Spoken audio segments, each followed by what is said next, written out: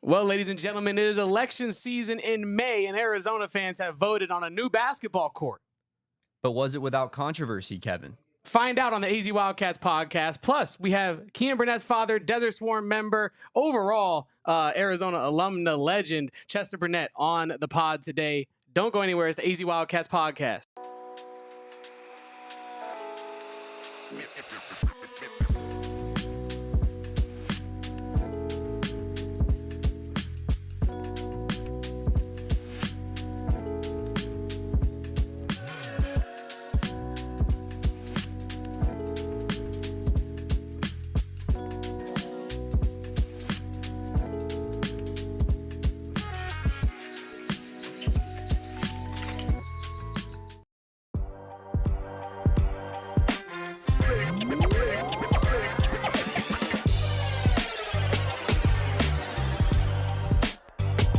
Welcome on into the AZ Wildcats podcast. I am your host, Damon Fairall. He is Kevin Thomas. And of course, we are in PHNX HQ2 in lovely downtown Phoenix, Arizona. And of course, Kevin, another jam-packed show for you guys.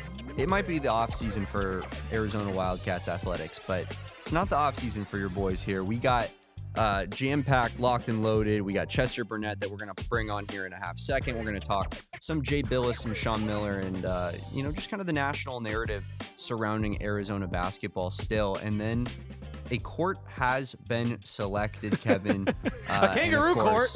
We're gonna dive deep into that process and everything along with it. But we should, without further ado, bring Chester on and talk to him here. Thank you so much for joining us, Chester Burnett, here on the AZ Wildcats podcast, father of Keon Burnett, former Arizona Wildcat himself. So, Chester, thank you so much for taking the time out of your morning.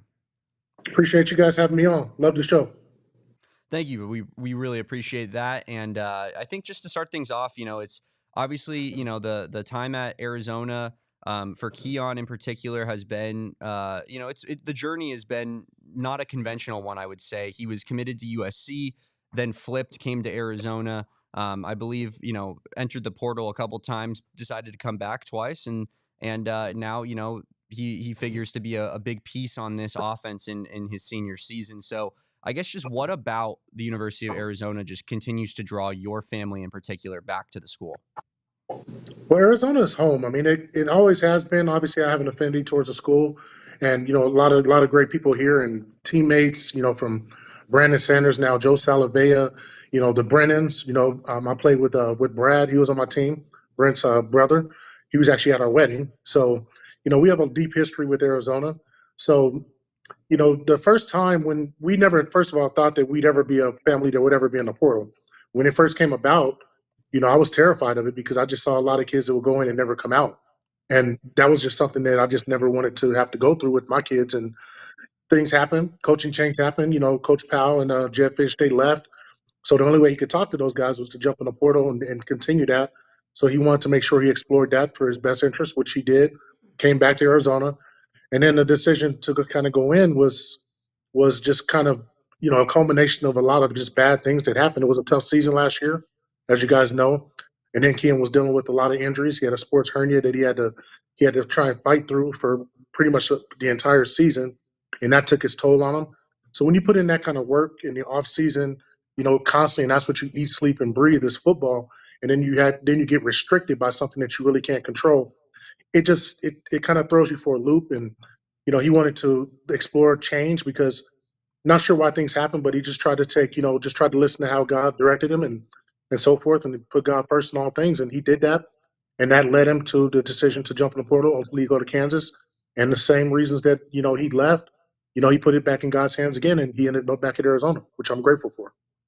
Yeah, and I found it interesting that at the very beginning of your answer, you said, we never thought we'd be a family in the portal, right? And so I feel like the parent perspective is kind of under talked about. It's not something that really gets a lot of shine. What is it like being the parent of an athlete that's in the portal with a huge life decision ahead of them? And also, how does being an athlete change your perspective on some of Keon's decisions?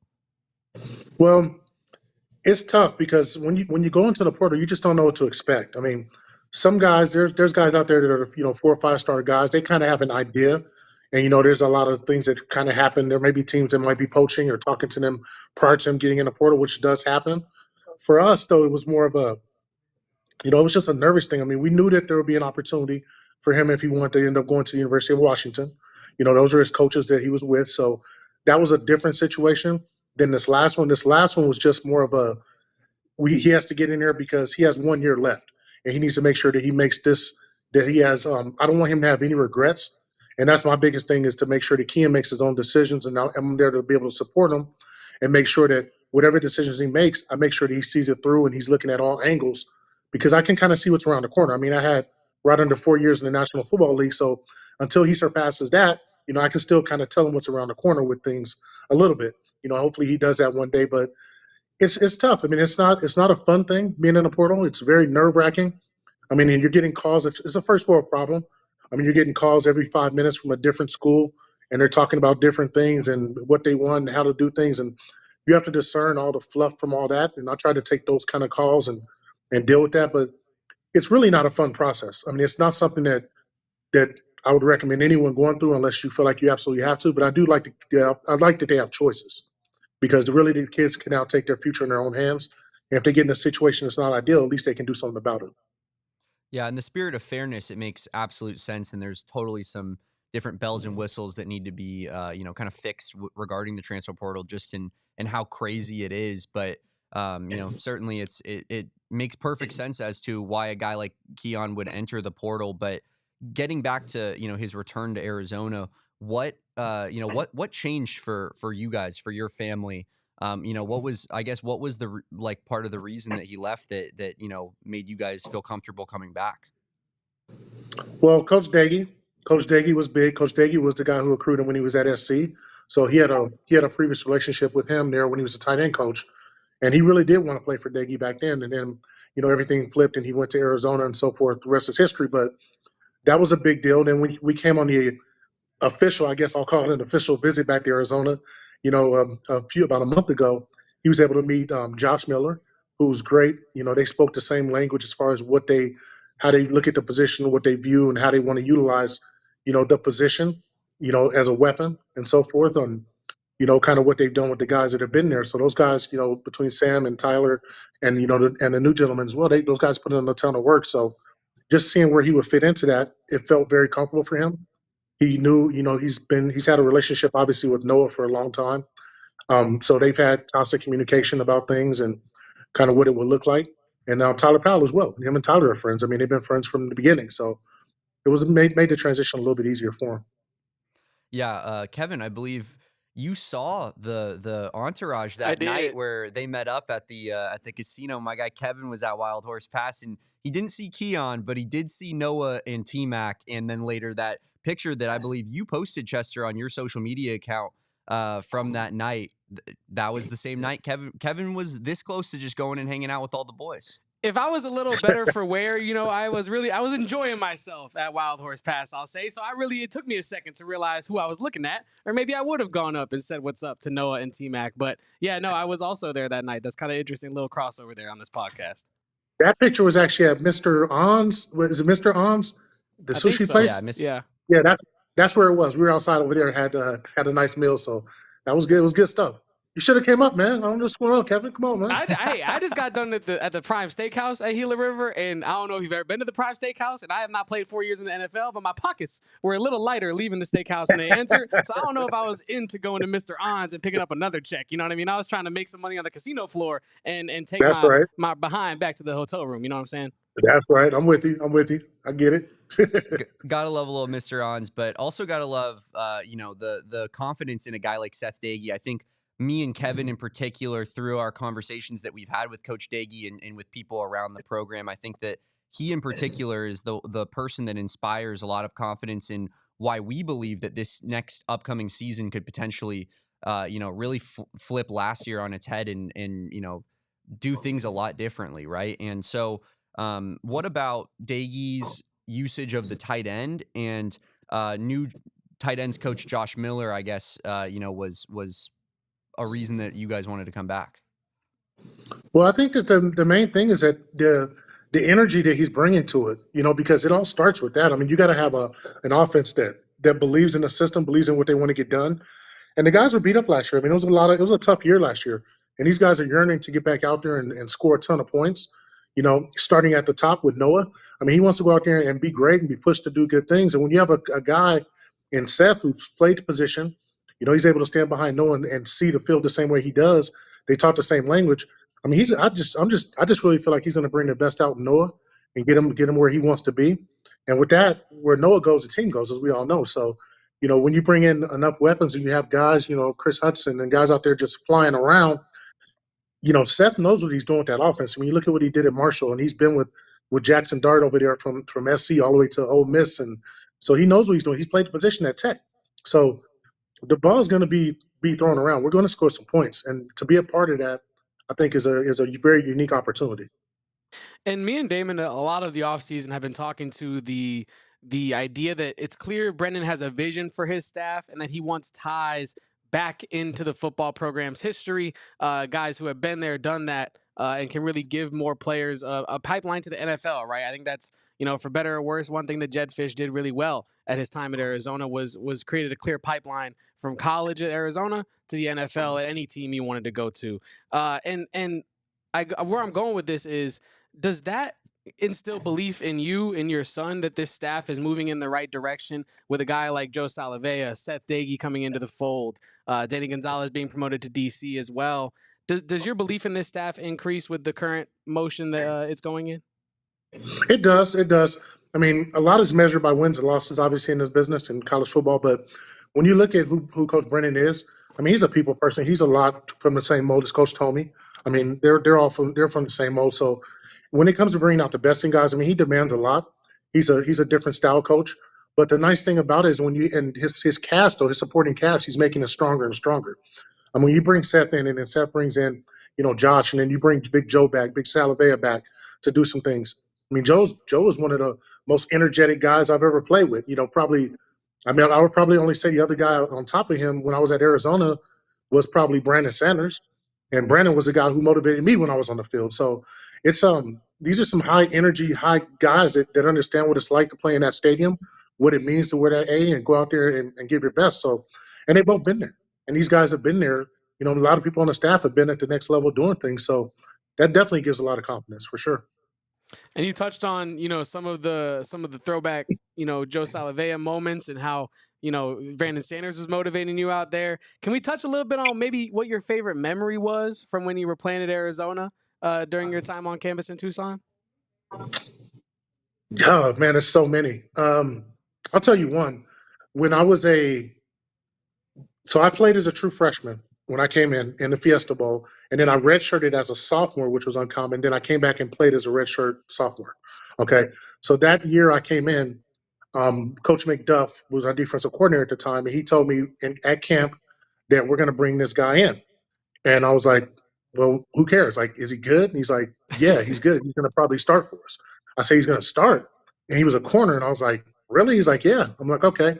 So we end up bringing in Chris McAllister, and it's probably about 2 weeks into camp, Coach Cheese, and we're out there doing our thing, and Chris doesn't know the plays, so he lines up on my side. I was a will linebacker, so he lines up on the weak side the entire game. I think we played UTEP, okay, and every single play I had to make sure he understood, what it was. So it was I had to talk to him a lot because I was calling the signals at the time. So me and Chris were in constant communication. So he came out there and started, and I think we ended up having a play called Banjo, basically, where it's where you kind of the corner swaps with the linebacker and do all these things. And he ended up making a ridiculous play where he I think, dove over the fullback and made a tackle in the backfield. And then I think he had a pick, and I was like, okay, yes, this guy is legit. And obviously, you find out he's 11th pick overall in the NFL draft and all these different things later. But that was a fun moment. It was so many. I mean, playing with Rob Waltrip, Teddy Bruschi, these guys, being a part of that, Sean Harris, these Jim Hoffman. I mean, these are some teams that were in this day and age, you don't really see that come together because these are guys that weren't 5-star guys. They weren't coming out of high school as the highly touted, all these rankings and things, but these were guys that had that fire inside. And I think that's one thing that Coach Tomey did really well was he found his kind of guys. He found guys like the Brandon Sanders out there that were guys that could play. Maybe they didn't have the the physical attributes that you would just look at that just jump off the page. Some did because Sean was a big linebacker, but others didn't. But you just found guys that loved the game and played. And when you put that energy together, like on a Teddy Bruschi, I mean, that's when you go out there and you make special things happen. Yeah, it certainly feels like a somewhat of a result of more information regarding the recruiting scape these days, where there's all these scouts and there's businesses that are associated with getting all of this recruiting information to people. There's less of those undervalued prospects, which is a good thing, but it also, to your point, like it's more difficult as a coach to put together a roster of guys and gems that you find similar to the way Dick Tomey did it back in the day. In that same vein, Chester, do you have a good Brandon Sanders or Joe Salvea just being crazy story that you could give to us? Brandon Sanders, there was a time where I thought I was playing the game at a fast level. I thought I was pretty good. And I thought I was a hitter. I thought I could do some things, and I was still young in the game. And one particular play on our sideline, heading away from the locker room as it is now, the quarterback was heading out of bounds. And obviously you don't want to get a late hit penalty or anything like that. But Brandon was what he would call himself a savage. I mean, he would used to say savage all the time, and that would just get us going as a defense. And I'm about to let the quarterback go out of bounds. Brandon comes from behind me, dives and hits the quarterback harder than I've ever seen anybody hit in my life, right in front of me, and it should have been my hit. And at that moment, it was about welcome to college football moment, because I'm like, okay, I'm not playing this game the right way, because first of all, you don't ever let a quarterback get out of bounds without getting hit when it's still legal. There was no penalty, but that was probably one for Brandon that stood out to me. Crazy stories, Brandon was just a crazy guy altogether, in a good way. I mean, his energy was just something that just fed the entire team. And when you talk about Joe, I mean, Big Joe would come out there and he just ignited. I mean, the way that he was the leader of our defensive line out there to make things happen, because he was very, very high energy. He wouldn't stop. His motor just never ever quit. I think you see it a lot of that now. That's why he's been on some really good teams as far as a coach now, because people want that. You want that infectious, attitude and love of the game to really, come off on your players. And that's one thing that Big Joe's always had. He's always been that guy, just super, super high energy, and could just motivate you and just get you going. And then when he makes a play, he lets everybody know about it. And that just creates that stream of just more plays, more plays, more plays. A lot of fun playing with these guys. Definitely an honor. Well, we certainly appreciate you being so generous with your time today. But before we get you out of here, Chester, I wanted to give you the opportunity to tell the people about your book, Personal Finance in the Age of NIL. Here is the book right here. People can find it on Amazon as well. Can you tell us a little bit about your book and kind of the motivation behind it? Yeah, definitely. Appreciate you bringing it up. Well, my motivation behind it is because I've been a mortgage lender since I retired from football in 2001. And I would get so many questions from young people about, what would you do differently? Even guys, I talked to Tanner right before he got drafted. He's like, if you could do anything different, what would it be? So my advice has always been, I'm a real estate guy, so I believe in real estate and the power. So I give guys the example. When I was in college, and I left in 97, I could have bought a condo there in the Tucson area for about $35,000. That same condo today will be worth $235,000, almost $300,000. But the nice thing is that it would be paid off because that was 30 years ago. And how nice would it be to have a couple properties at that point in time? But once you hit my age, which I just hit 50, last month, to have a few properties free and clear. I mean, nobody's ever going to complain about that. And it doesn't matter if you go on to play in NFL or you don't, or you get a normal job. Those are just assets that you'll have that'll just continue to pay you. So I just want these young people to know, and it doesn't matter, male, female, basketball, soccer, whatever they're playing, that when you get opportunities to have a little bit, you're going to have a place to stay when you're in college anyway. So my biggest thing is why not try and own the place that you stay in college? And then, when you leave, it's obviously going to be a good rental because you rented it, or you were comfortable living there. So it just gives you an opportunity to start to build your future now, especially with NIL, because I just don't want to see these young people, waste their money, which, to be honest, I see a lot of people a lot of kids that are doing the right thing. They're trying to really do the right thing and buying some properties and things like that. And I do that with my own kids, with all three of them. I'm trying to make sure that they get started right as well. And there's been a few kids on the team that I've helped out as well. So it's just my way of giving back information. I don't do it because there's anything I want to gain from these kids or anything like that, but I do want to give them the information just so they have It's a TikTok version. The book is very easy to read. It's a quick read. They can read on the flight, but it's a TikTok version because I know they lose attention, quickly, but I want them to have something just to reference. So at least they know how to spell what a mortgage is. You know what I mean? Certainly, absolutely unbelievable stuff. Check out Chester Burnett's book, Personal Finance in the Age of NIL, on Amazon. And of course, give him a follow on his Twitter account. Great follow. That picture was definitely blew up and got viral in the Arizona streets. But Chester Burnett, we appreciate you so much for giving us some of your time today. And it was great talking to you. Good talking to you guys as well. Love the show, and thanks. Appreciate you guys. Thanks Of so course. much, man. Thank you. Absolutely unbelievable interview there. And Kevin, we will recap that interview and kind of just talk more about what we learned from talking to Chester Burnett right after the break here on the AZ Wildcats podcast. Well, Damon, I have a trip coming up in June. At the end of June, first day of July, whatever you want to call it. And I'm using Monarch Money to help me finance my way over there, save my money, stack my bread in the age of NIL. Shout out to Chester Burnett with Monarch Money, right? And Monarch Money is the best money saving, money management tool that you can have right now. It is voted by the Wall Street Journal as the best budgeting app of 2025. And if you ever heard the Wall Street Journal, they know a thing or two about finances. Monarch Money can help you set goals, reach goals, and find out what you're overspending on. What are you spending too much money on? Too much coffee, too much gas, too much streaming services? Monarch Money can help you out with that one. And yeah, if you're thinking about using Monarch Money, if you have goals that you're just not reaching, that you want to track better, you can actually go on the app and be like, hey, I want to save up for a Sanderson Ford, right? And put the exact money in there, link it to an account, and any money that you put in that account will track towards that goal. It's very, very simple. Get control of your overall finances with Monarch Money. Use code PHNX at monarchmoney.com in your browser for half off your first year. That's 12 months of savings. We're saving you money, saving money. 50% off your first year at monarchmoney.com with code PHNX.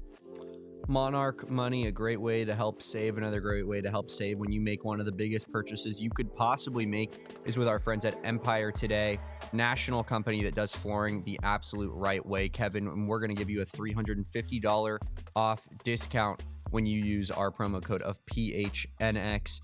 Guys, we all know that it is so important to have that home floor advantage, not only, in sports, but also in your everyday life, right? And I'm sitting on some Empire Today flooring right now. Great stuff here. And with savages like us in the office, the fact that this flooring still looks pristine, like the day that we got it installed, Kevin, it just goes to show what a great product Empire Today is. They're going to give you the highest quality product for the lowest quality, or not quality, but lowest price point possible. And they're going to come help install it for you. And that's all after they use their virtual floor designer to show you what that new flooring is going to look like in your home before you make such a massive purchase. So head on over to Empire Today. Schedule a free in-home estimate today because some things are just better at home. PHNX listeners can receive a $350 discount when using promo code PHNX. Yes, you heard that right. $350 with code PHNX. Restrictions apply. Visit EmpireToday/PHNX for full details. Use that Monarch Money app to budget up and save for some Empire flooring, and then save additional money with both of our promo codes at both places. Some of these ads truly just go hand in hand, glove fit. Damon, match made in heaven. Yeah, match made in heaven, just like Sean Miller at Arizona. Oh wait, what happened there? Damon tweeted out to the world this morning about Jay Bilas having something to say in relation to Sean Miller at Texas. Damon, would you like to set it up for us? Yeah, certainly.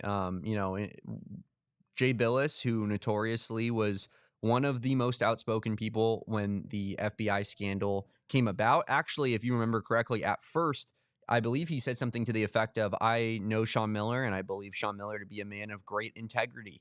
And I don't believe that Sean Miller had any know-abouts of what Book Richardson's dealings were in, with agents and whatnot, illegal recruiting activities. Then, once it got reported by, Mark Schlabach of ESPN, who has since, somewhat been defamed by Arizona fans, and, they kind of hide him. Kevin, are you aware of that whole thing? So the ESPN reporter who reported that Sean Miller knew about, I believe, a $100,000 payment to DeAndre Ayton without, any sort of evidence or any sort of backing since then that has, kind of, proven that to be correct. He is now since he's been relegated to now he's like a tennis reporter, Kevin. So every time he would tweet back in the day, Arizona fan, he'd have hundreds of replies from Arizona fans being like, apologize to Sean Miller. And it got to the point where he literally just doesn't write about college sports anymore. He has 115,000 followers. Looks like he hasn't tweeted since 2019, Kevin. That tweet in 2019 was 4 dots, no words, has 195 replies to it. All of them from Arizona fans. Every last one of them from Arizona fans. That's kind of insane. I'm telling you, dude, Arizona, we have some motion in this fan base. But getting back to the main point, Mark Schlabach reported on something that has seemingly, been unproven to this point. Jay Bilas then took that report that was somewhat flimsy and then went on ESPN to say on College Game Day, this is a career-ending thing for Sean Miller, career-ending. I can't imagine him coaching in college again. Pretty damning, Kevin. Pretty damning. Pretty definitive as well. Pretty definitive. Of course, Sean Miller returned that season to coach. It wasn't a good season, but it was made the tournament, coached in the tournament that year, and then came back for another year and then was let go, I believe, after that disappointing season the year after. But was incorrect. Definitely wasn't career-ending.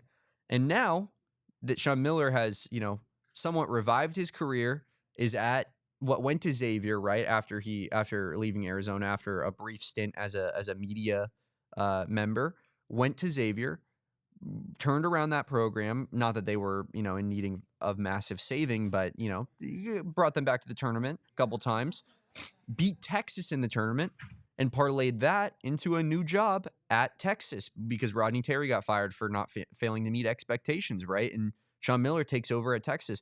Massive money involved, right? Obviously, there's no more, penalties for illegal recruiting today in college basketball because you can just go out, right, and kind of pay your players, right? That's the new model. And Sean Miller goes to Texas, and all of a sudden, now we get takes from national media guys like Jay Bilas like this, Kevin. Well, Damon, Jay Bilas said, Sean Miller at Texas is a great hire. He's a fantastic coach. And you put those resources and his style at Texas, and that'll do really well. For reference, he's talking about the same Sean Miller in this quote as he is in this quote, where he, I'll read it again, said, this is a career-ending thing for Sean Miller. Career-ending. I can't imagine him ever coaching in college again. And now he's imagining how well he could do with the resources at Texas. Quite the switch up, Damon. It certainly is. And when I look at those two things and I read that second portion in particular, here's where I'm at as a Arizona fan, especially an Arizona fan that really, appreciates Sean Miller, respects Sean Miller, and was a big fan of him during his time here at Arizona. If you could pull up that second quote, Kevin, the one from today or yesterday, there's nothing he says here that I am that angers me. You know what I mean? It's Sean Miller at Texas is a great hire. I agree. I think it's a really good hire. He's a fantastic coach. Yeah, I think I think that's maybe a little bit of hyperbole, but he's a great coach. You put those resources, obviously insane resources, in his style at Texas, that'll do really well. I agree with that. I think that Sean Miller recruiting ability with Texas resources is a match made in heaven. He should get some massive, big-time players, in my opinion. My problem is more so of just listen to the switch up in tone, Kevin, from when you're at Arizona versus when you're at Texas. For one of them, he should be tried at mid-court and put in jail. And then the other one, it's man, what a guy, what a humanitarian. Maybe he should be the Nobel Peace Prize winner. And you're like, what? This is the same guy we're talking about. In one breath, it's his career should be over. I don't understand how he could ever recover from this. And then all of a sudden, years later, it's how could anyone have ever doubted Sean Miller? His style, these resources, he's going to do so good. He's a great coach. Nothing wrong with Sean Miller. Please forget the things I said just years ago. It was kind of crazy when I saw your tweet. To be honest, I didn't think too much of it because that's not the way my brain is wired. But when you put the contrast in front of my face earlier of the two quotes, I was like, man, that's insane. Like, not even to preface your statement with, I've had a lot to say about Sean Miller, a lot to criticize Sean Miller over the years, but I think this move at Texas is a wonderful move, and I think he's moving in the right direction after whatever happened, at Arizona. So I think, like, just not even acknowledging the opinion that you used to have and that this is now a changed opinion is a little I don't know what the right word is for it, Damon, but yeah, it's not very clear as to what his true feelings are towards Sean Miller. And Michael in the chat says that Michael thinks it comes down to Jay's hate towards the U of A / the West Coast. Miller moved to the East at Xavier and now is at an SEC school in Texas. Poof, he loves the guy. Yeah, I mean, I 100%. It's 100% what's happened. I don't know if it's necessarily a East Coast bias thing, but I do feel like it's an anti-Arizona basketball bias thing. And that's not to say that I think that like Jay Bilas goes to bed at night and he's like staring at his ceiling fan being like, I hate Arizona. But it's just a picture of Caleb Love with some darts in it. Yeah. It's more he might have that. It's more for me, I think the idea that like people feel so comfortable crapping on Arizona in particular. I think because it's just below, as we talked about, and according to Evan Nelson yesterday, Arizona's a blue blood program, but I think it's because the national media has us just below what that blue blood threshold is.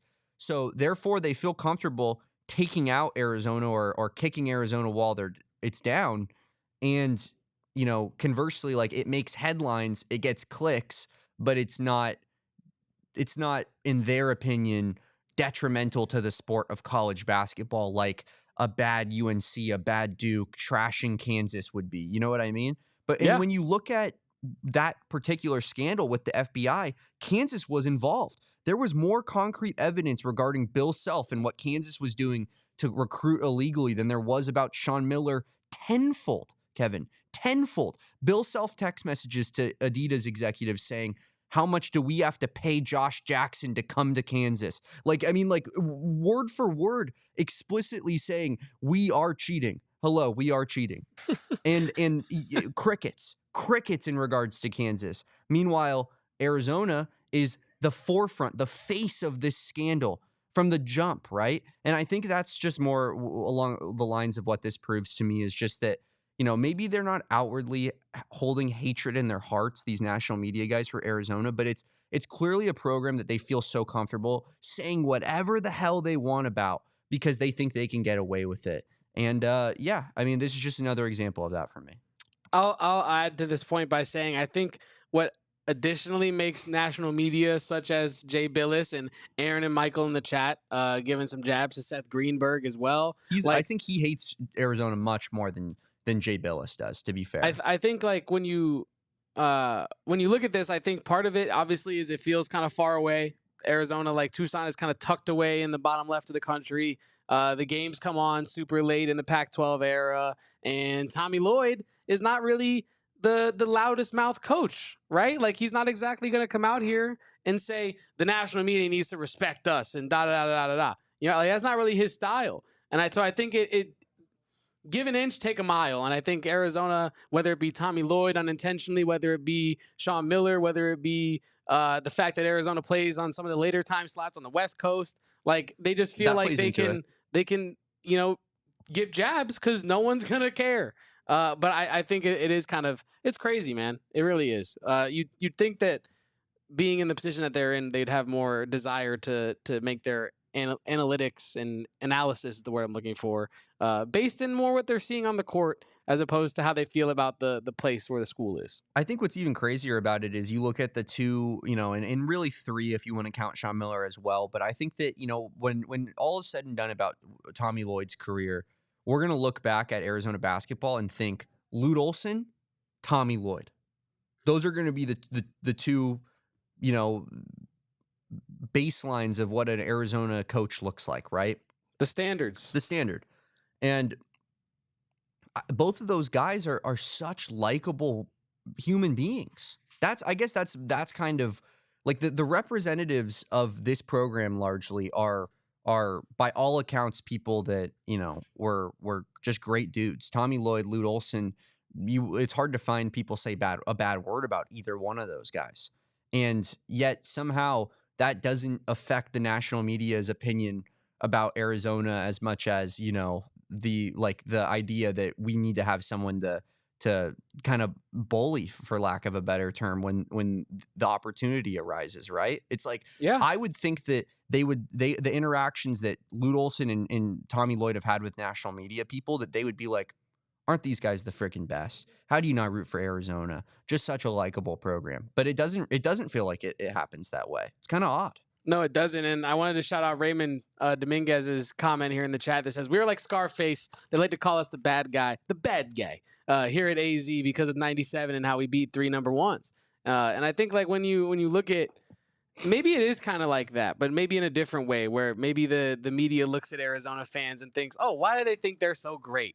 You know what I mean? They only have this and they've only done that. And maybe that's part of it too. Maybe they think that like we are as fans are entitled and they don't want to reward us with good analysis, which I think is beyond silly. I think that our fan base is I don't want to say that.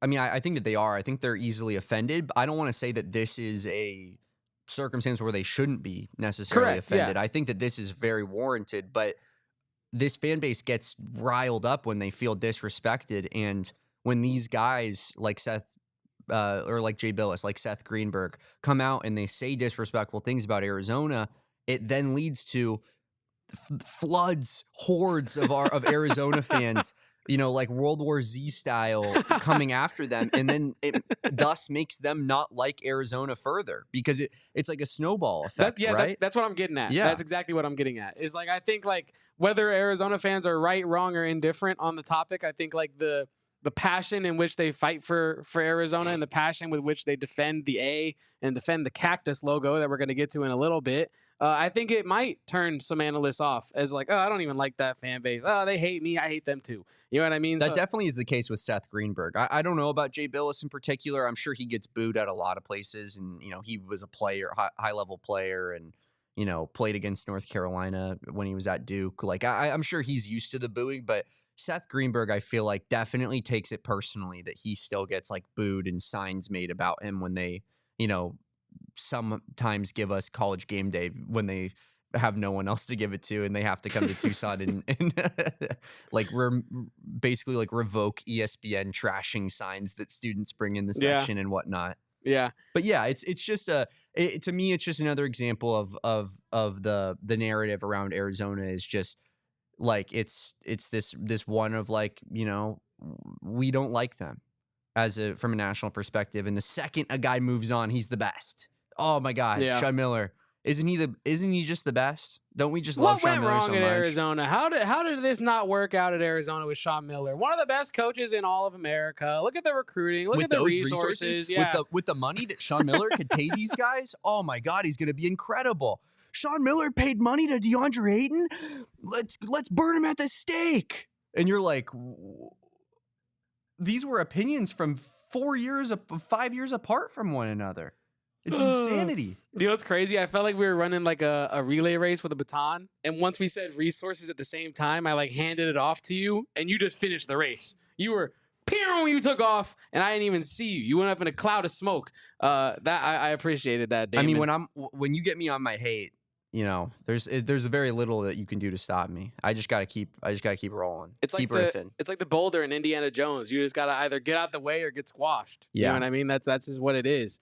But yeah, Damon, I did want to bring up what Erica said about she thinks that not giving the national media things to talk about is why she thinks contributes to the media not really repping Arizona or rocking with Arizona.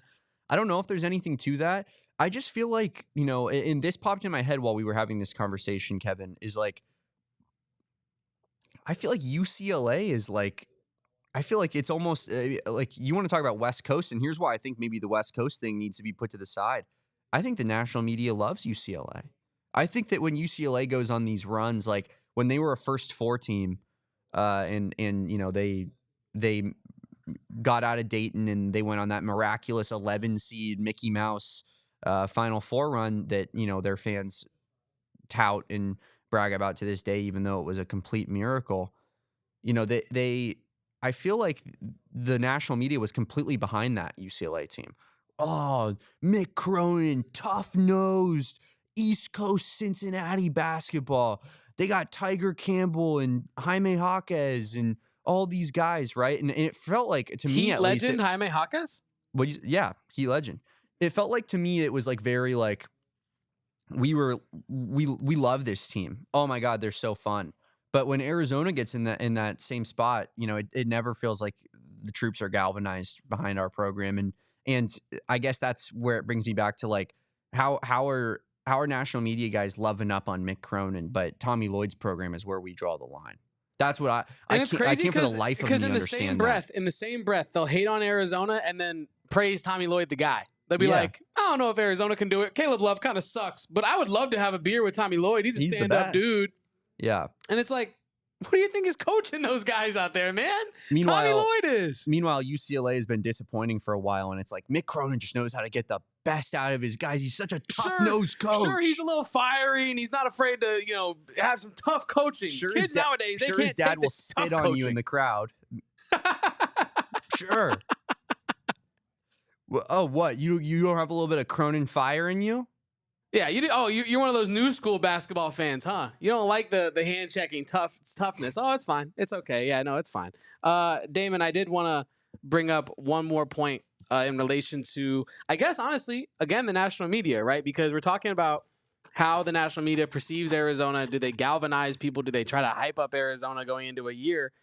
If they don't do it this year, upcoming, Damon, I don't know when they're going to do it because Arizona has an incredibly exciting roster, going into next year, headlining by Koa Peat, Damon. And on the other side of this break, I wanted to talk about Koa Peat being selected to the USA Under-19 squad and how potentially it could lead to an even bigger 2026 recruiting class. On the other side of this break on the AZ Wildcats podcast. Don't you go anywhere. Well, Damon, you're wearing the hat. I'm looking at you wearing the hat, and I'm envious because it's a Branded Bills hat. And if you're looking to elevate your brand at home, Branded Bills is the best way to do it. And if you don't have a brand and you literally just want to look great, oh, yeah, I'll hit that. Hey. Put that stuff on. Yeah, put the Branded Bills on. Branded Bills on. You know what I mean? Branded Bills, best way to elevate your brand. They have the campus collection with the University of Arizona at the campus store. You can get exclusive looks at Branded Bills hats. They also do stuff with the Diamondbacks. You see the golf hat behind Damon. That was a giveaway at the recent Diamondbacks game on May 5th. So check out Branded Bills. They're great people over there. They care about their customer service. They care about their customer base. Most comfortable hats on planet Earth. I'll stamp it here today. Check out Branded Bills. Use code BBPHNX for 10% off your first order. Branded Bills. We love Branded Bills. I had to put that stuff on today for Branded Bills, Kevin. But Branded Bills on. Another sponsor that, frankly, I love, and I'm not ashamed to admit it, Bet365. I'm always on Bet365. They pioneered live in-game betting. They have more sports than you can even think of. Crazy stuff, Kevin. I'm sure they got like professional tag you can bet on and whatnot. That is lit, by the way. I keep it a little bit more simple. I'm hitting the major sports. I'm hitting, the big four plus a little bit of soccer, but it's unmatched at Bet365. One of the best interfaces, underrated interface in all of sports gambling, Kevin. I'm not even playing with you. What? Get in line, let's go! Did you bet, Max? Did you make a bet on Tottenham? I didn't touch it.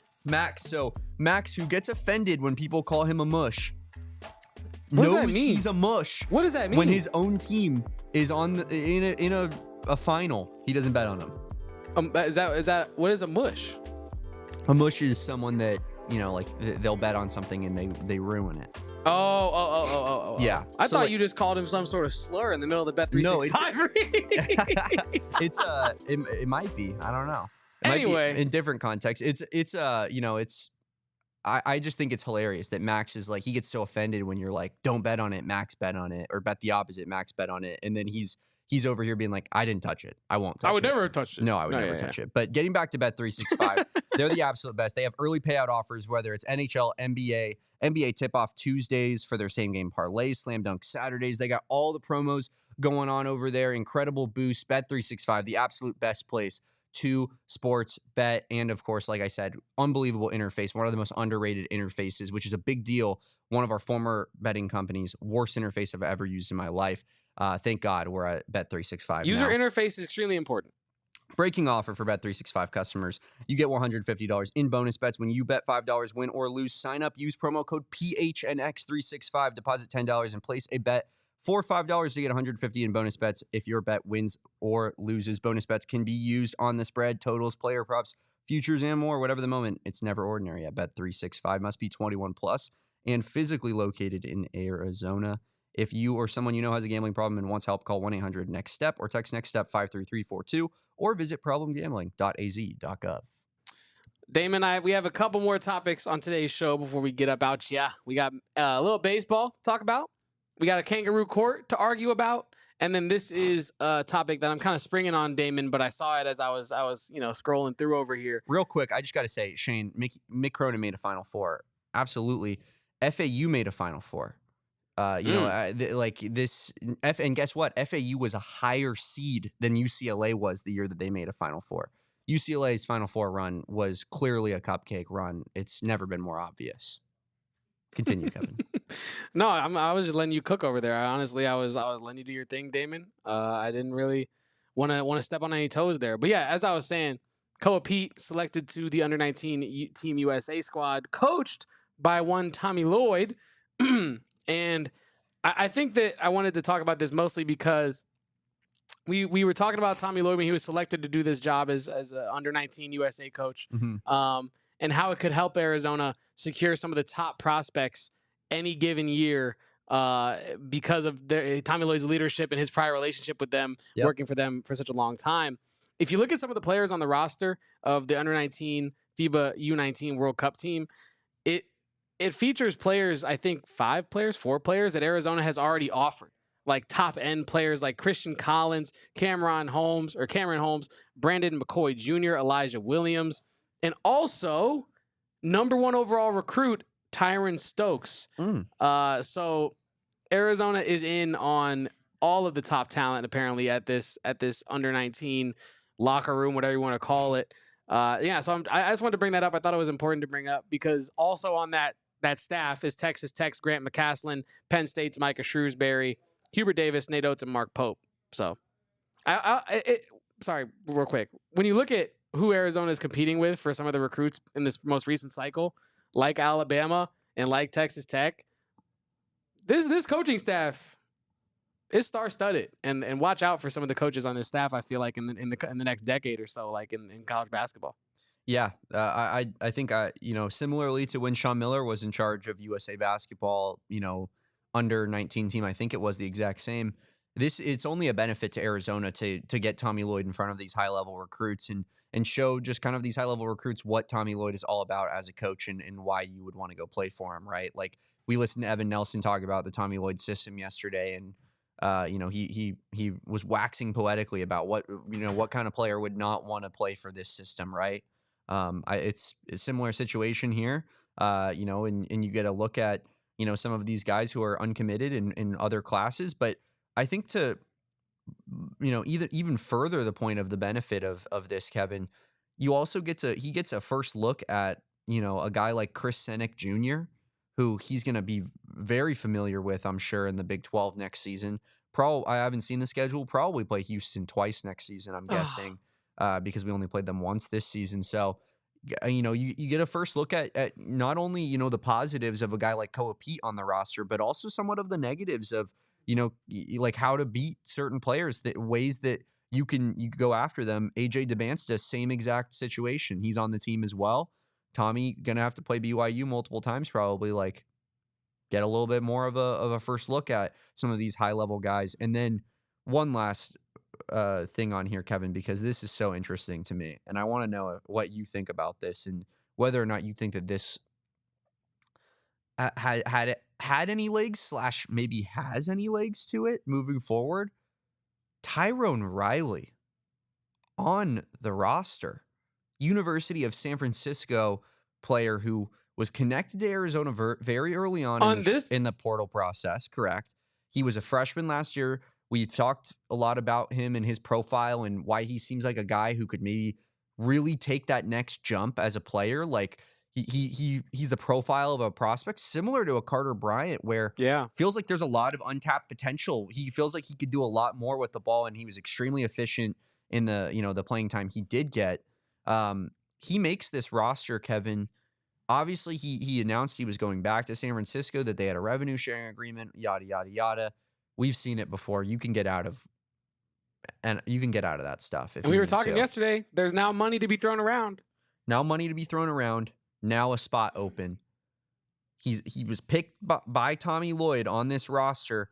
I believe he was being recruited by Texas, Creighton, and Arizona. I believe so, yeah. Were the three? Yeah. There was a ton of schools. Those were the main ones. But those were the three that had Zoom meetings with him the first day that he joined the portal. I don't know, man. I feel like there's something to this a little bit. Like, I'm not saying that Tyrone Riley's going to end up at Arizona. I just think that, reading the tea leaves is something that as Arizona fans, we have to watch out for, of like, there's a spot open now. This is a player that there's previous interest in, clearly. And now, it's the path to playing time, the path to being in the place that Tyrone Riley, I'm sure, wants to be is much more clear and much more open than it was in the past. So I don't know. Him being on this roster says a lot to me. It does. I am one that loves a good conspiracy and loves a good what if. And that would be a great one if you were able to, coax, whatever the word I'm looking for, get Tyrone Riley out of San Francisco. Well, listen to these schools that of the people that are none of these people are really in college. A couple of them are, but most of them are committed to a school. There's not a ton of 17-year-olds. This year's junior class on this team. There's a few of them, but North Carolina State, Louisville, Michigan, Houston. Then there's San Diego, so that's that's a fair one.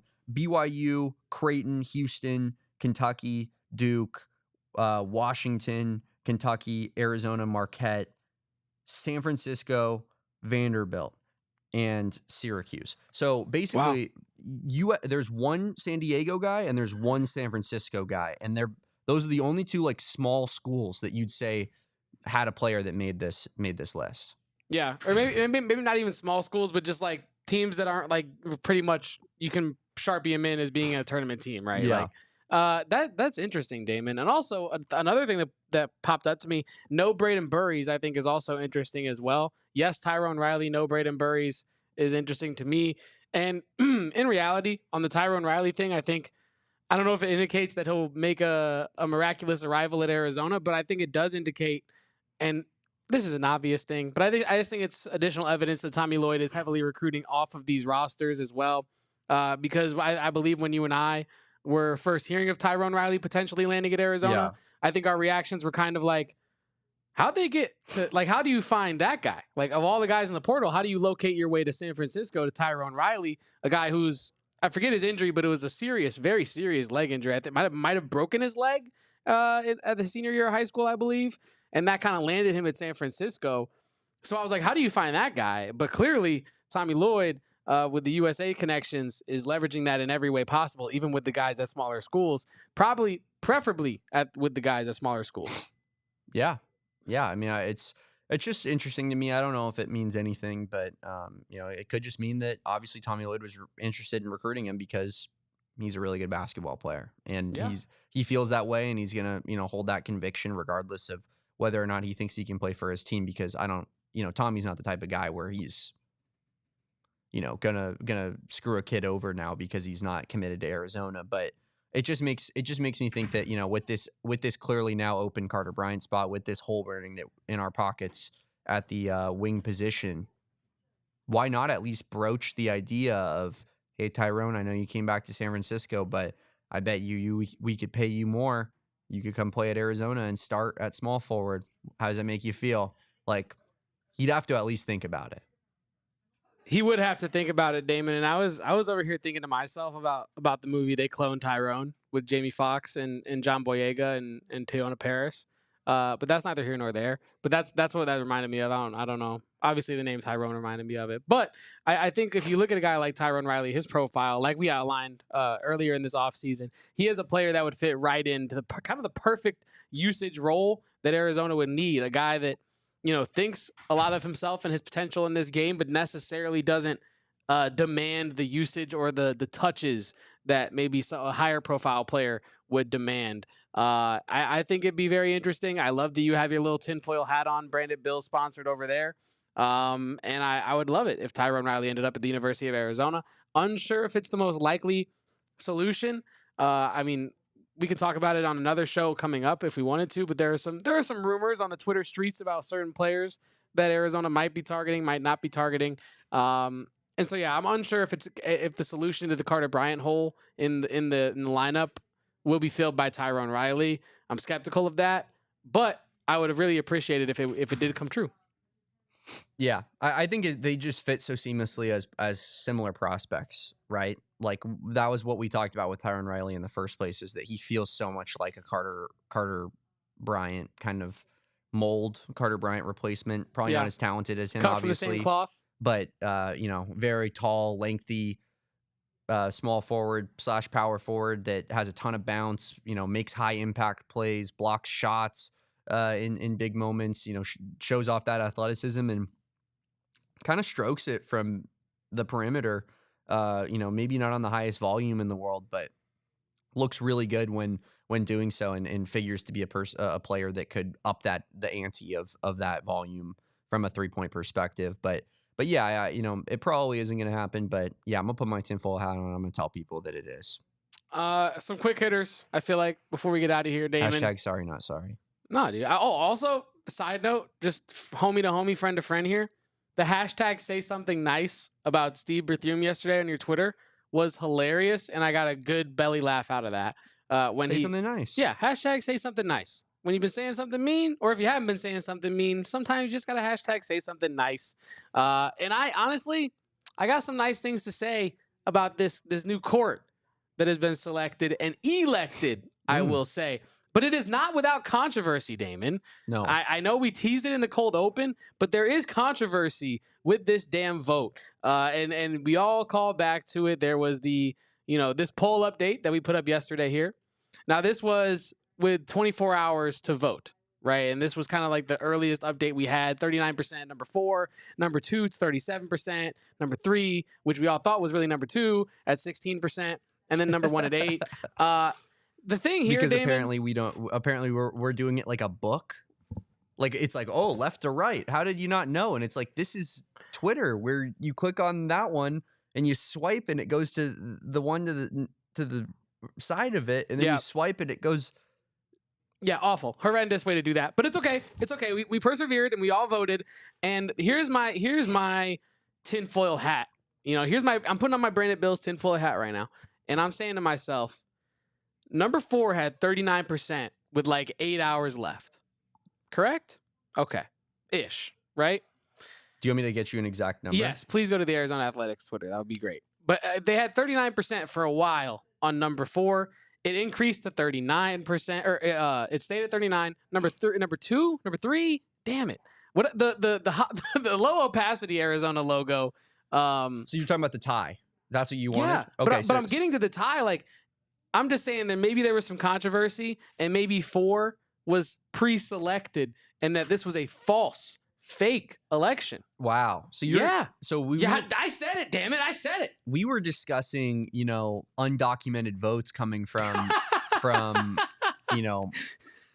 the same party multiple times off air, but you're going a step further. You're just saying, no, I'm saying this whole damn thing was rigged. Fake Damon. Election from the jump. I think Arizona Athletics already bought the materials. I think the floor has already been ordered. It's already been mocked up. Someone had to make these hype videos. That doesn't take an hour. Sure. That takes multiple hours. It's meticulous. You got to get stuff right. You got to get the sound right. This takes time. This takes planning. And all this rollout happened really fast. I just feel as though, Damon, that when we got this announcement right here, this is the end of the video. I couldn't play the video because they play the fight song in the video. But it just felt a little, maybe I'm being a sore loser, but it felt a little pre-oriented, you know what I mean? And also, I don't want to call anybody out, but I'm going to call you out.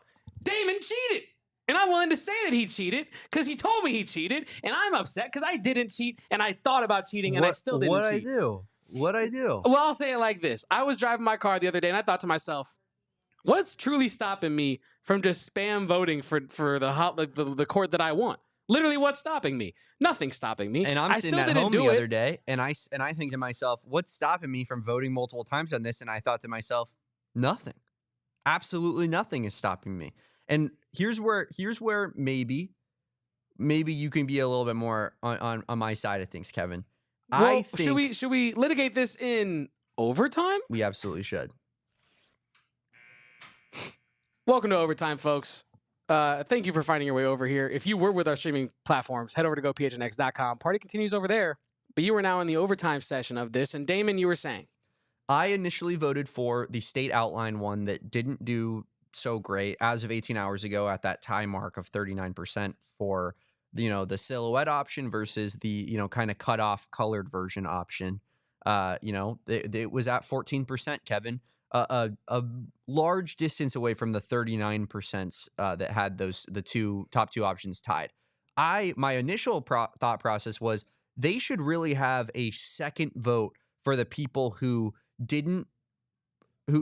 options 1 and 3 didn't make it further, so that they could decide based off of the two that we're either going to go with, which court is going to be, so that they have a say in the matter.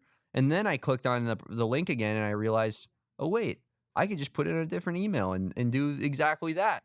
So I went on and I voted for 4. And, if you were one of the people that wanted to, sue me.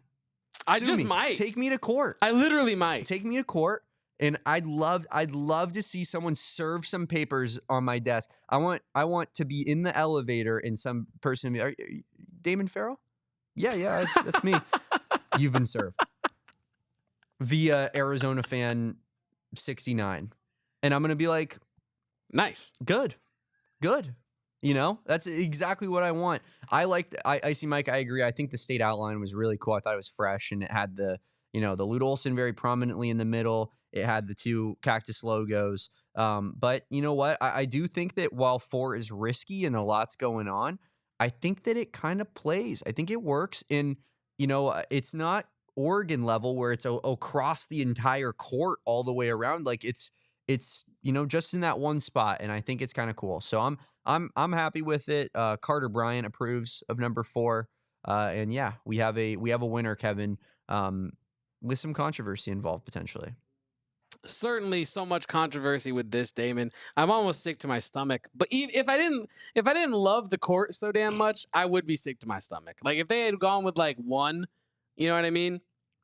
If someone had miraculously voted a gajillion times for 1, and we ended up with that basic version, I would have been quite upset. But we do end up with this version of the court. It's a beautiful court. You see some of the comments behind it there. You have the full color, half of the mountains cactus logo there. Overall, very classy. I don't understand the people that are like, it's cut off part of the logo. I'm like, it's, yeah. Well, it did. But why is that a negative thing? To be honest with you, like artistically, teams do stuff like that all the time, and in that case, it looks kind of good the way that they cut it off. Yeah, and yes, I see, Mike, this is official. That was from the Arizona Athletics Twitter page itself. They posted a hype video about it earlier. You can go check that out there. But yeah, I'm happy with the court, Damon. I think it's beautiful. I think it's gonna. Again, I am a huge vibes guy. I love a good vibe. And so I feel like this is, I see, Mike, your comment is insane, but hilarious. And I just think that this increases the vibes of a time when Arizona basketball was on top, right? Like, I think like this starts to move the needle back in a direction that fans can kind of come together and be like, oh, we got Koa Peat. Oh, we got Braden Burries. Oh, we're led by Tommy Lloyd, and the Cactus is back. Vibes are there. Now, they still have to go play the games, but I'm just saying, as a fan, from the fans' perspective, it's been a very fun offseason for Arizona basketball fans, and it continues to be fun and exciting, giving fans a lot to look forward to in the fall and winter. And having a logo that fresh, I'm not even playing. Like, it helps with recruiting. It does. It really does. If a player comes to the game and McHale's packed out and it's loud in there and it's a great game and Arizona comes out on top and they look down at the court and they see that logo, they're going to think to themselves, damn, that's a pretty cool court. I'd love to play on that court in this environment. And it's little things like that. And it's not necessarily like no recruit's going to be like, I committed to Arizona because of the court, but it's subconscious stuff that just it builds up, and it's why a school like Oregon is like, became the it school for players to want to go play for. But I like it. I think it works the way that they did it, and I definitely like it better than that silhouette version. I'm sorry if you It's were all one good. of, you were one of the people that was akin to that version. I just thought it was a little messy. But I can see it. I can see it. I do like the different gradient color on the court on the option that got picked. I think that looks pretty cool. So yeah, overall, it's cool that they really got that. I appreciate the athletic department for getting the fans involved in a big decision like that. I think that's pretty sweet. I do Despite too. whether or not you think it was rigged or if it was a fair election process. Not my basketball court, I'll tell you that much. Kevin, I kind of agree with I'm sort of the theory now that like more tinfoil hat club stuff sponsored by Brandon Bills. Like this presented was, by Espo. I definitely think that this was, I think you could absolutely make the argument that this was a situation where they knew exactly what court they wanted. And thank you. They put up to this vote and then they said, these are the results. It's not crazy to say that. Let's make the up thing some was numbers. at damn 39 for 24 that. hours. Ain't no way it starts at 8 and ends up at 39% the whole time. People allegedly loved the court so damn much. I'm surprised it never reached Jackie Robinson 42%. You know what I mean? Like, it just feels predetermined. If it's smelling a little fishy, I don't know. I don't know. I feel like maybe the materials are already in the back of McHale and the floor is about to be planted like in a week, and they're gonna be like, "Here's the floor, and it's beautiful." Yeah, and you're like, "How the hell did it get how did done they do it so quick?" fast? Yeah, it's gonna be like, "Wow, Arizona's working. They're really grinding." And it's like, "Well, this has been done for 3 months, actually." So. I love this theory. I absolutely love this theory. I think that's 100% what happened. Now that you outlaid it for me. This is what I do. I bring the conspiracies. Nay. I bring the truth to the people. And, mileage may vary as to whether or not you accept the truth. You know what I mean? Because sometimes the truth hurts. Very much does. Real quick, before we get out of here, Kevin, Arizona baseball has their matchup set. They will be in the quarterfinals tomorrow playing against BYU at 7 a.m. Arizona time. So get up.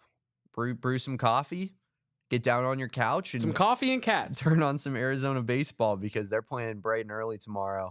And it's gonna be a lot of fun. We'll keep you covered on what's going on in regards to Arizona baseball. I believe ASU baseball lost to BYU. They did. That is why Arizona's 2-0 to BYU. So, curiously, Eric Ruby's missing from his spot that he's usually sitting in. Yeah, Eric Ruby must have heard the baseball conversation happening and sprinted out. Immediately got out of the way. But looking at the Big 12 baseball standings, so Arizona was able to sneak just ahead of ASU to get that extra quarterfinal spot, which got Arizona to the second round. And I think that was because ASU got swept in their final series of the season, Kevin. So despite Arizona baseball not playing the best baseball right now at this portion of the season, ASU somehow playing even worse and getting Arizona a free bye to the second round in the process. Thank you so much. Yeah, they got swept by Oklahoma State in the final series of the season, which helped put Arizona over them in the Big 12 standings. Yeah, and honestly, and maybe this is a cold take, but I actually would have loved a little territorial cup in the Big 12 tournament. I think that would have been really cool. I don't think that's a cold take. Yeah, I know. I guess, but it inherently means I'm rooting for them to win a game, you know what I mean. So I think inherently there's a little too much positivity built into that take, which is why I think mileage may vary on some of the heat levels of that take. You know what I mean, Damon? Yeah, for sure. But yeah, I think we'll keep you covered on Arizona baseball. Hopefully can build some momentum going into the NCAA tournament here. I saw ASU fans kind of crashing out saying that they might miss the tournament altogether now because of their kind of final end of the season and their first round exit in the conference tournament. So we'll be rooting for that as well. Electric. Absolutely electric. Shout out to everybody that was in the chat today. So active, providing the conversation. Kevin and I love interacting with you guys. Stay in the chat and get in the chat if you haven't been doing so. Hit up YouTube, watch with us live, and interact with us. It's so much fun. we appreciate everybody that did so. Icy Mike, Michael, Erica, of course, as always. All the goats in here. Jervis, Kevin, Tom, of course, even Shane, even though his opinion was gross. But 535 Fit. 535 Fit, Edgar, of course, Raymond, all the dogs, Aaron. Appreciate everybody. Nick. Man, Nick and Vic, even though Vic had the wrong pod, still in the chat. That's what matters most. Absolutely. Drop a like on this video. He just wanted to talk to Suns. He just wanted to talk to SPG. Even if you're here to watch PHNX Suns, drop a like on this video for your boys here. We got a good basketball team too. I heard it carries over. Basketball I team. heard it carries over. If you leave a like on this pod, it actually goes to the Suns as well. And if you want to verify, go check out Suns. And if it's not there, leave a like there. Also, you might see some Arizona Wildcats on the Suns next year because the Suns are probably going to be terrible, respectfully, and Koa Peat's going to be in the top of the draft. Steven, the Suns don't have their pick next year, do they? Oh. Yeah, that's not a thing that Kevin. Kevin. Well, they'll be talking about it though. Kevin. No, they'll be talking about it. They'll be talking about it. They're not going to have a high pick for a pretty long time. Well, no, they'll have a high pick. They just won't own the high pick. Correct, like this year. Yeah, exactly. Yeah. But yes, make sure you guys subscribe to the channel if you haven't done so already. Like this video, as I'm saying, and of course, we will catch you next time on a Thursday edition of the AZ Wildcats podcast. You can follow me at Damon Dog. That's DAWG. You can follow my guy Kevin at Kevo Posts. That's KEVOPOSTS. I was about to run through that so fast, I realized that I was going to combine a bunch of letters together, and that's not actually really spelling out the name for people. So yeah, I'll slow that down in the future. Appreciate everybody for being here. Like I said, like this video, subscribe to the channel. We will catch you on a Thursday. But until then, peace out. Bear down. And go Cats. Don't forget to drink any water today. We all silly like the mayor.